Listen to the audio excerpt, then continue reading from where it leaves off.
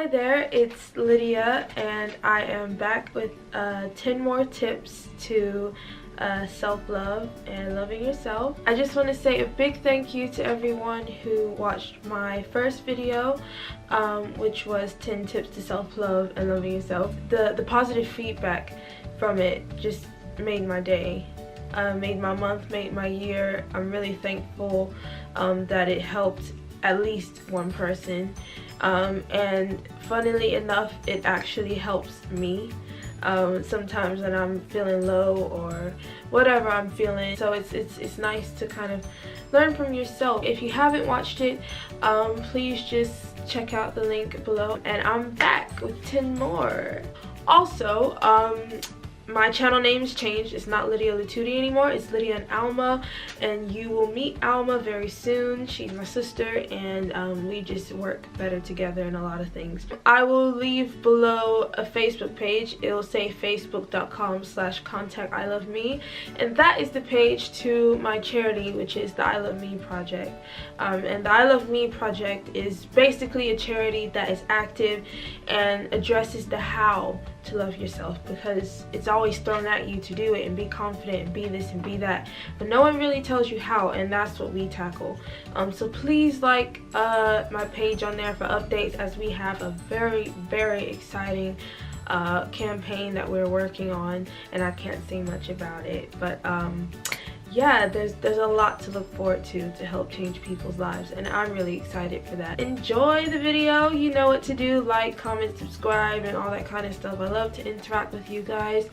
And also feel free to tag me on Instagram or Facebook or something and let me see how you've used these tips. I'd love stuff like that. So yeah, keep me in the loop with your journey. So tip number 11 is your food, what you put in your body, the same way you put petrol in a car. It's so important, the foods you eat. I cannot stress it enough. So my main kind of occupation at the moment is singing. I was struggling a lot before gigs. I get a lot of burning in my chest and in my throat and my stomach, and I felt sick a lot.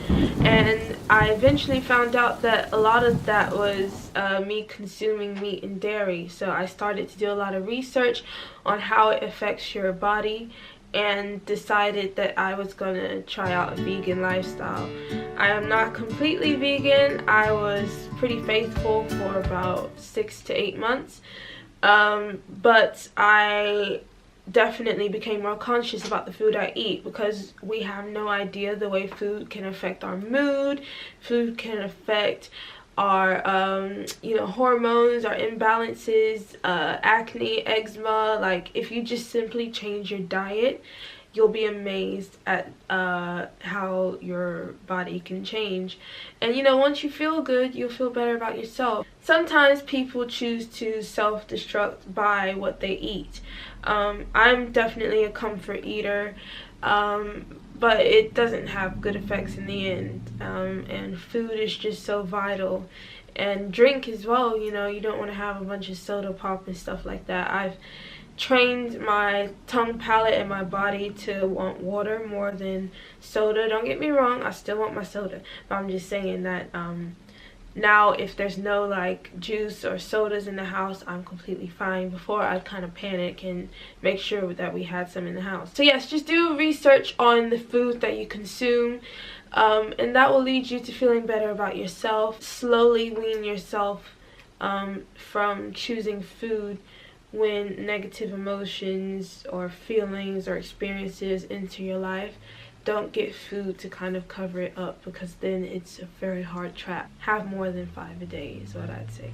Tip number 12 is to rid yourself of things that make you unhappy. That can be pretty vague, but at the same time, I feel like anything that you have the choice or the power to control, whether it's in your life or not, and it's making you unhappy, should definitely be out, because you have a say in that. There's some things we don't have a say on, such as the government, paying tax, and things like that. If it's a partner, boyfriend or girlfriend, and they just make you feel horrible every time you're around them, or friends, or a class, a course that you're taking, then I'd say rid of it. And I know that is not easy. But if you have the power to rid yourself of it, then get rid of it. If not, accept your reality. A random friend that I met was telling me about a book he read, and it said that if you're not happy in a moment, to just accept that you're in that moment. There's nothing you can do about it, and then make the best out of it. And it's such like a cliche thing that I've heard, like make the best of a moment, but for some reason the way that my friend like explained it, it really helped me. Like it just hit me, like, you know, sometimes stuff just slaps you in the face and it's like, oh my gosh, ding, light bulb moment, that makes sense. And yeah, so for example, like I was in a line and the line was so long, and I think I would have had to wait, or I waited over an hour in that line, and I just felt like, God, I'm wasting time off my life. There's so many things that I can be doing right now. And I thought back about what my friend said, and I thought, okay, I'm in this line. Let me accept that I'm in this line. There's nothing I can do because I need to be in this line. And I just kind of made the best of it by started to socialize with people in the line, and I actually met some really nice friends while in that line. If you don't have the control to get rid of it, then make the best of it. Tip number 13 is to socialize. So I'm sure growing up that we all pretty much heard, treat people how you would like to be treated. And I think many of us, especially like becoming adolescents and adults and things like that, we all kind of experience a moment of loneliness. And it doesn't matter if you're in a room full of people. Sometimes you can just feel lonely because you can feel like no one can connect with the deep feelings, you know, that you're going through. We can all kind of connect on the shallow things, but when you're really kind of feeling it, it can feel like no one else has reached that level. But when we all leave that huge social party where we're surrounded by each other and we go home, we often take our issues and problems and, you know, stuff like that with us, when actually we're all so much alike. And that is why I think I am so open to being social with all kinds of people. And I'm not afraid to approach people. And to be honest, I think I've always been like that. Like since I was a kid, I was just, you know, just walking up to people and talking. But I also experienced phases, and I experienced this the older I got. Phases where I would just be pretty antisocial, like really introvert. I could stay in the house for a whole week or two and just not want to go out, not want to socialize, not want to meet with people, because I was just cooped in my emotions and you know what I was going through and stuff like that. But now I'm definitely like more you know, secure in myself, and I remember, like, even if I'm not in the mood to socialize, sometimes, you know, you can just be an ear for someone, and in return that can just make you feel so good, because people don't always want advice. Sometimes they just want you to listen. And I'm really thankful I have people that I can, you know, like just air out all my problems, and they just listen and often like reaffirm, you know, the advice that I was telling myself. You know, sometimes you need that confirmation that you're going down the right path and things. So socialize, like go on Eventbrite, go on Facebook, go to open mics, go, you know, to just various events, parks, and talk to people. Sometimes you will get funny looks because that's life, but don't feel stupid at all, which I think is the main reason why we are all a bit like awkward, especially living in England where everything is like awkward. Approaching people is the reason why I have the friends that I have today. You're not alone, and trust me, you will find someone to connect with. It took me a while, it may take you a while, it may happen straight away, but trust me, you'll find someone to connect with. And often if you're the first one to be open, people will relax and be open as well. So you got this, girls and boys. socialize. Tip number 14 is to read healthy words. Words are so powerful, trust me. Like, we have our mind, right, and our consciousness, and then we have our subconscious mind, which is stuff that kind of just gets thrown to the back. An example I can think of is I guess like when we throw things away, and we put them in the trash, and then we give it to like the trash man to deal with. But subconsciously, a lot of us are aware that a lot of the trash is ending up in oceans and things like that, and it's polluting our fish, water, and things like that.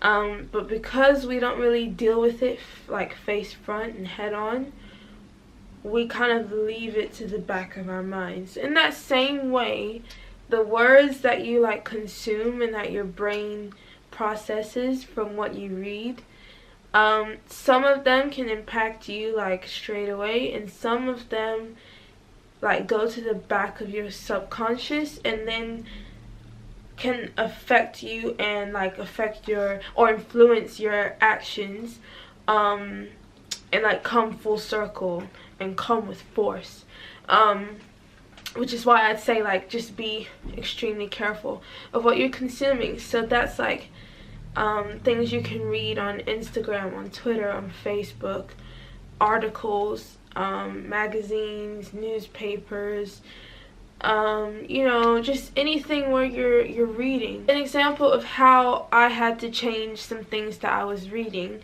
is lately I was like reading a lot about murders and stalkers and crimes, you know, and stuff, just all this kind of negative stuff, terrorism attacks, and you know, all these kind of things. And like I thought that, you know, it was scary reading it, but then I thought, okay, well, that's unfortunate and I'm gonna be fine. I thought that I had got past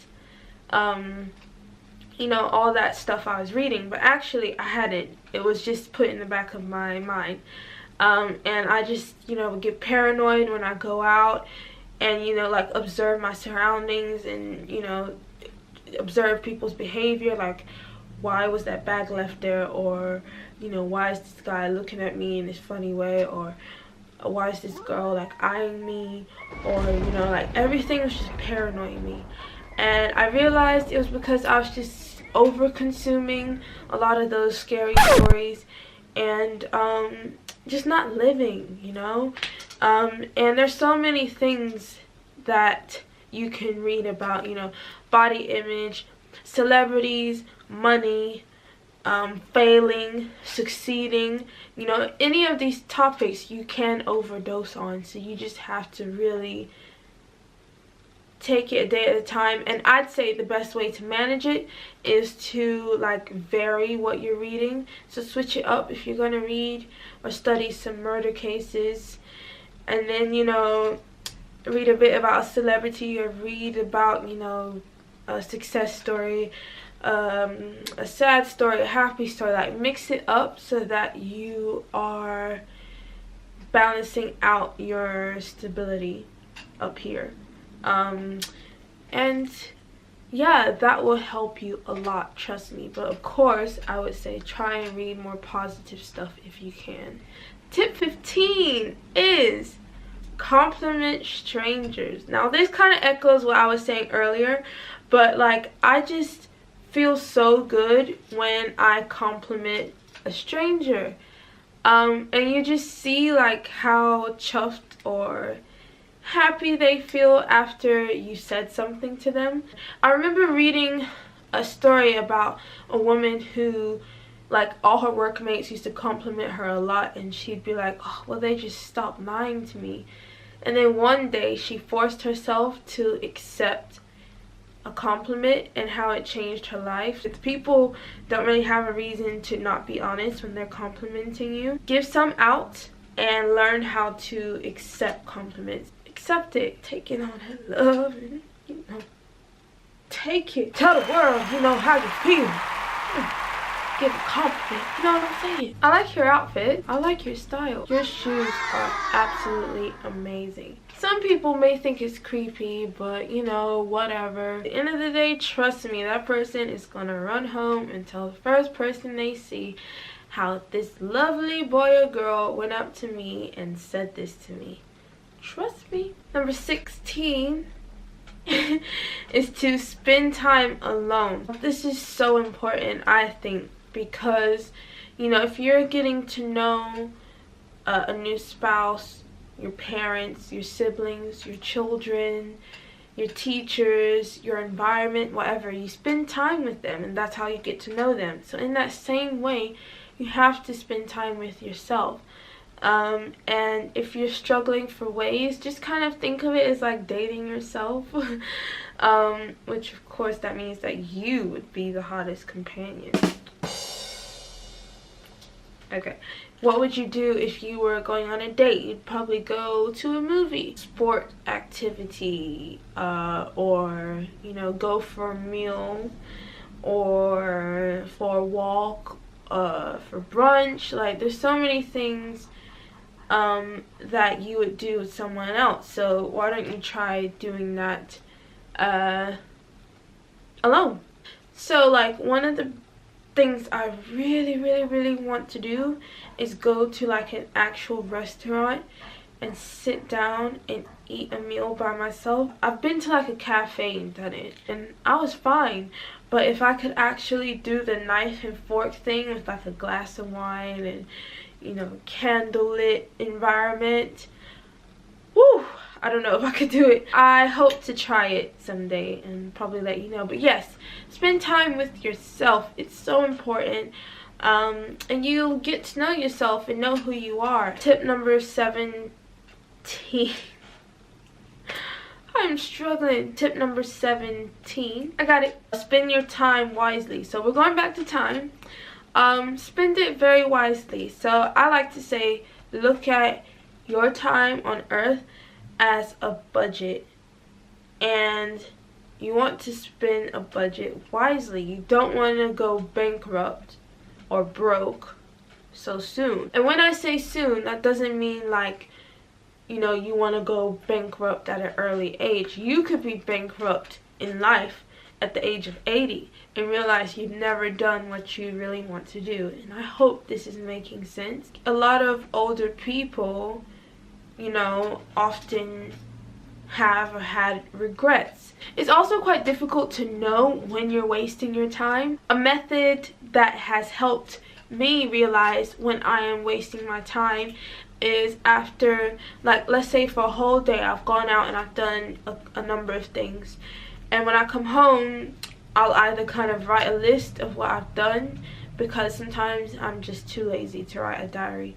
But I may just write a list, like went to the store, went to visit this person for coffee, went to, you know, do A, B, C, D. And then, you know, some are necessities. So you have to buy food. You have to, you know, maybe get an outfit for work or whatever. And then some are not necessities. You know, like binge watching a season of a show when you knew or know that you had some coursework to hand in or something, and you could have done it another day. And just remember that, you know, this breath that we have in our bodies should just be budgeted out. Tip number 18. The slogan to my charity, the I Love Me project, is transforming mind, body, and soul. With that being said, many people see the kind of mind, body, and soul aspect as like a very deep, you know, namaste thing. But we do have an inner, you know, peace, an inner consciousness and things like that. And it's quite a blessing that we have access to things like meditation, fitness, and a lot of content out there that can help us grow. A huge tool that people use to kind of connect with their selves or their souls or whatever you want to label it is religion. And if you are religious, then I'd say definitely read your guidance books and find the positive always. Some people take each word as fact and super literal and go to the extreme, and that's often quite rare. But there's also a huge number of people that can feel shame for being, making mistakes and things like that, and that can often be due to traditional teachings in religion or a lot of man-made things. If you're not, then there's a lot that you can learn from religion. So yes, namaste to all of you. Tip number 19 is to do something for others. I cannot explain just how good I feel after I know I've done something that will positively impact someone else's life. And it doesn't have to be grandiose. I really hate the competition that comes along with, doing a nice act. I'm not totally against things like people filming themselves handing food to homeless people or something, because some people do it, just to show like, hey, this is what I've done, aren't I a good person? But at the same time, some people put it up there because a lot of people don't actually physically see it happen. You do not have to fly to another country and build a home for orphan children in order to do something nice. It can be as simple as helping a person cross the street, or cooking dinner for your mom when she's really tired, writing a letter to your teacher, just to say thank you for all you've done. I love writing letters to people, just to show gratitude, and that often goes a really long way. So just do something for others. It doesn't have to be huge, and if it is, that is fabulous, and if it isn't, that is fabulous too. Just remember how you last felt when someone did something nice for you. Tip number 20. So we have got to the end, and the last tip I would say is to track your progress, reassess, revisit, come up with your own tips. Of course, you can kind of take mine and run with it and share them with me. I'd love to hear them. But don't beat yourself up. Just take your time, enjoy the ride, enjoy the ups, enjoy the downs so you can appreciate the ups, and just stay you. So that is all for my tips to self-love series. It may not have been what you expected to hear, but that's what I'm all about. I'm all about being unconventional, and finding very simple methods that don't always seem to relate to where you're trying to get, but then realizing they actually contribute to that. I really hope that you enjoyed it. Please continue to interact with me, and thank you so much for the support thus far, and look out for a lot more coming your way. What I would leave you with is, do not change who you are at the core. Change is great. Please do change if you can for the better. Learn, grow, get involved, and create and produce. It's very exhausting trying to fit other people's standards when you don't fit it. You create your own standards, and people can choose to follow you or be inspired by you or expand their minds and reach your level, or vice versa. But we're human beings, and we're all here to learn from each other and help one another. Check out my charity, the I Love Me Project. We have so much in store that I'm excited for. I'm Lydia, and I'll see you at the next video. Bye!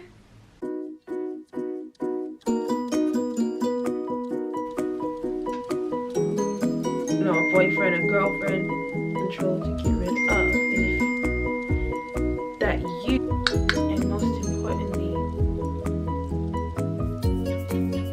and you could have done it another day.